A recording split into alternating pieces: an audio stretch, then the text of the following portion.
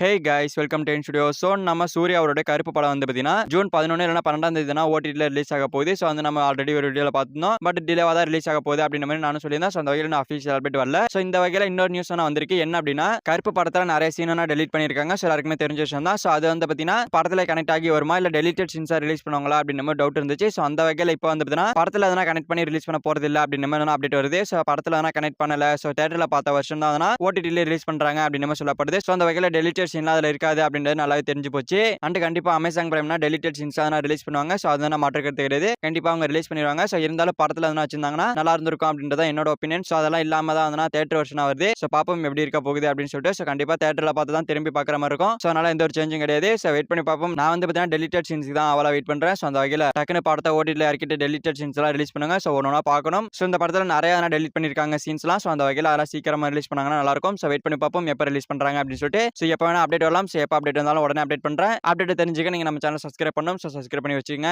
Okay friends, நம்ம சூர்யா அவரோட கருப்பு படம் வந்துனா ஓடிடியில் ரிலீஸ் ஆக போகுது. சோ அது தியேட்டர் வருஷம் தான் ரிலீஸ் ஆக போகுது அப்படின்னு சொல்லப்படுது. சோ இதை பத்தி உங்களோட பிடிச்ச கமெண்ட்ல சொல்லுங்க. சோ இந்த வீடியோ பிடிச்சிருந்தா லைக் பண்ணிட்டு நம்ம சேனல் சப்ஸ்கிரைப் பண்ணி சப்போர்ட் பண்ணுங்க. ஓகே, தேங்க்யூ ஃபார் வாட்சிங். அடுத்த வீடியோல பார்க்கலாம். தேங்க்யூ.